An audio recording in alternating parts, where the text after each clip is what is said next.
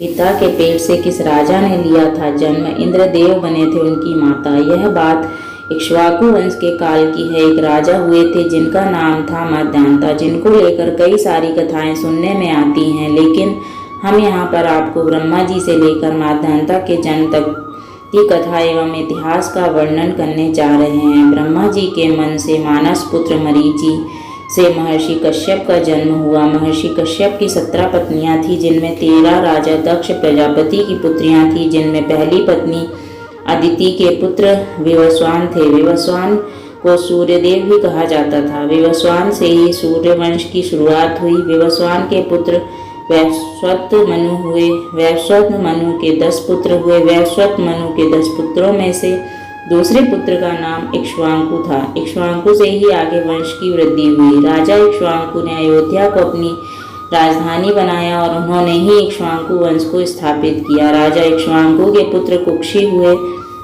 कुक्षी के पुत्र विकुक्षी का पुत्र बाण और बाण के पुत्र अनरण्य हुए। अनरण्य से पृथु एवं पृथु से त्रिशंकु। त्रिशंकु के पुत्र धुंधुमार हुए। धुंधुमार के पुत्र का नाम युवनाश्व था। युवनाश्व के पुत्र माद्यांता हुए। इक्ष्वाकु वंश राजा युवनाश्व निसंतान थे, कोई पुत्र नहीं था। वंश की उन्नति एवं पुत्र प्राप्ति की कामना को लेकर राजा ने सारा राजपाट त्याग दिया और जंगल में जाकर तपस्या करने का निश्चय किया। जंगल में अपने तपस्या निवास के समय उनकी मुलाकात महर्षि भृगु के वंश च्यवन ऋषि के साथ हुई।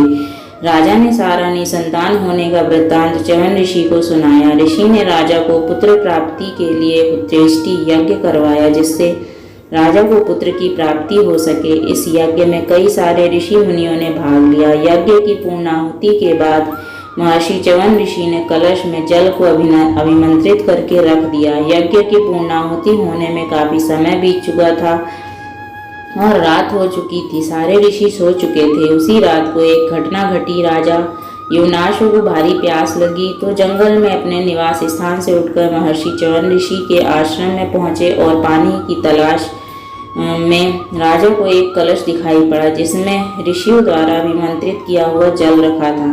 राजा को उस जल को पीकर अपनी प्यास को शांत किया। राजा को यह नहीं पता था कि यह वह जल उनकी रानी के लिए महर्षि च्यवन ऋषि के द्वारा अभिमंत्रित किया हुआ जल था। सुबह जैसे ही च्यवन ऋषि ने कलश को रानी को देने के लिए देखा तो उसमें जल नहीं था। पता लगा कि वो जल तो राजा ने खुद रात को पी लिया। अब क्या होनी को कौन टाल सकता है। ऋषि च्यवन ने कहा कि अब तो राजा के गर्भ से ही बच्चा पैदा होगा। जब पुत्र के जन्म लेने का सही समय आया तो अब सबसे बड़ी समस्या, नारी बच्चे को जन्म दे सकती है लेकिन मानव कैसे दे सकता है। तब देवता चिकित्सकों अश्विनी कुमारों ने राजा युवनाश्व की दाहिनी कोख को चीर कर बच्चे को बाहर निकाला। बच्चे के जन्म के बाद सबसे बड़ी समस्या उत्पन्न हुई कि बच्चा अपनी भूख कैसे मिटाएगा। सभी देवतागण वहाँ उपस्थित थे। उनमें से सभी देवताओं के राजा इंद्रदेव ने उनसे कहा कि वह बच्चे के लिए माँ की कमी पूरी करेंगे। राजा इंद्र ने अपनी उंगली शिशु के मुंह में डाली, जिनमें से दूध निकल रहा था, और कहा, मामधाता अर्थात मैं इसकी माँ हूँ। इसी वजह से उस शिशु का नाम ममधाता या माद्यांता पड़ा। जैसे ही इंद्रदेव ने शिशु को अपनी उंगली से दूध पिलाना शुरू किया, वह शिशु 13 वित्ता बढ़ गया। कहते हैं राजा माद्यांता सूर्य उदय से लेकर सूर्यास्त तक के राज्यों पर धर्मानुकूल शासन किया था। राजा माद्यांता ने भी कई सारे बड़े बड़े यज्ञ किए थे। माद्यांता ने सम्रांगण में अंगार, मरुत, असित, गय तथा बृहदत्र को भी पराजित कर दिया था। सूर्योदय से लेकर सूर्यास्त तक का समस्त राज माद्यांता का ही कहलाता था। उन्होंने 100 अश्वमेध और 100 राष्ट्रीय यज्ञ किए। दीर्घकाल तक धर्मपूर्वक राज्य करने के उपरांत माद्यांता ने विष्णु के दर्शनों के निमित्त तपस्या की और भगवान विष्णु के वराह अवतार का ध्यान करते हुए एकादशी का व्रत रखा, जिससे प्रसन्न होकर भगवान विष्णु ने दर्शन किए तथा क्षत्रियोचित कर का निर्वाह करने का उपदेश देकर अंतर्ध्यान हो गए और तब से उस एकादशी का नाम बरूथनी एकादशी रखा गया, जो सर्वाधिक फल देने वाली एकादशी मानी जाती है।